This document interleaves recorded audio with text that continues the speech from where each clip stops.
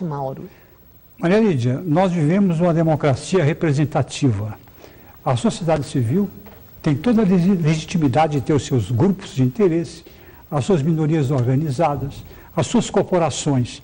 Só que nós não vivemos mais no tempo das corporações de ofício, nem do fascismo. Então, realmente, quando você fala em debate da sociedade civil quer tal coisa, isso precisa passar pelo crivo da política da representatividade, principalmente do Congresso Nacional.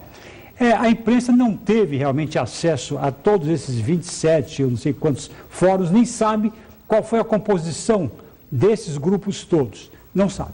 Mas o ponto fundamental é o seguinte, como disse o professor Sérgio, que talvez a imprensa tenha se incomodado muito, até por questão de falta de assunto perto do carnaval, etc. Eu não acho absolutamente...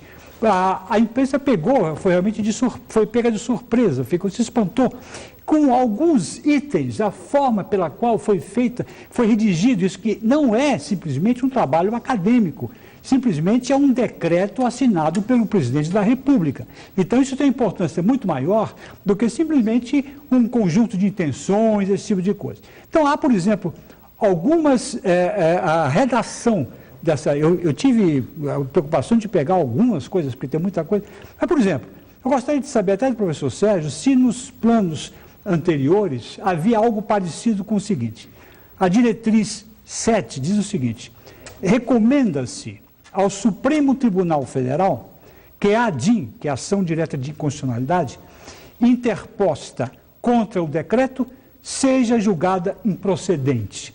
Então, veja, é a primeira vez na história que um poder de Estado executivo interfere no poder jurisdicional, isto é, recomenda uma decisão judicial. E continua aqui, recomenda-se ao Poder Judiciário se manifestar a favor da constitucionalidade do Decreto 4.887 de 2003, é a mesma coisa.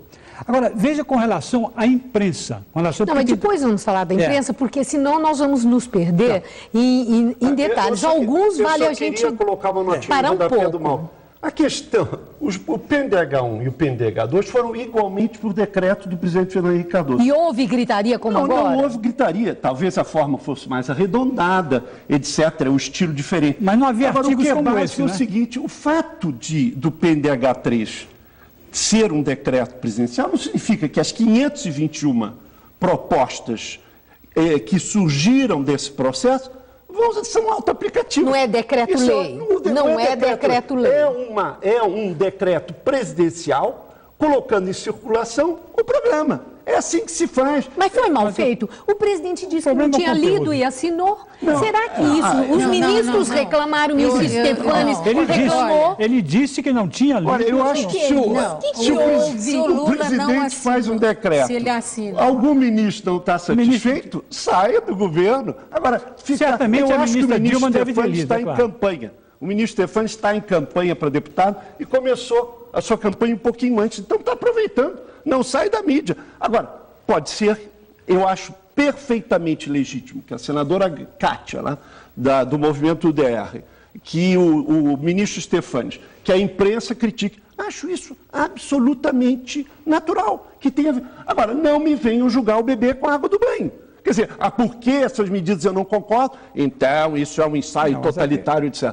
Isso é conversa para boi dormir. Eu quero voltar um pouco com a repercussão na imprensa de um ponto que eu acho muito importante, que está na diretriz número 22, que diz o seguinte: está consignado o seguinte objetivo estratégico: elaborar critérios de acompanhamento editorial a fim de criar um ranking nacional de veículos de comunicação comprometidos com os princípios dos direitos humanos, assim como os que cometem violações. Isto é, haveria um julgamento, uma avaliação feita por uma comissão governamental, composta de membros da Secretaria de Direitos Humanos, Ministério de Comunicações, etc. e tal. Quer dizer, e se isso não é controle da imprensa e da liberdade de expressão, então eu não sei. Eu não sei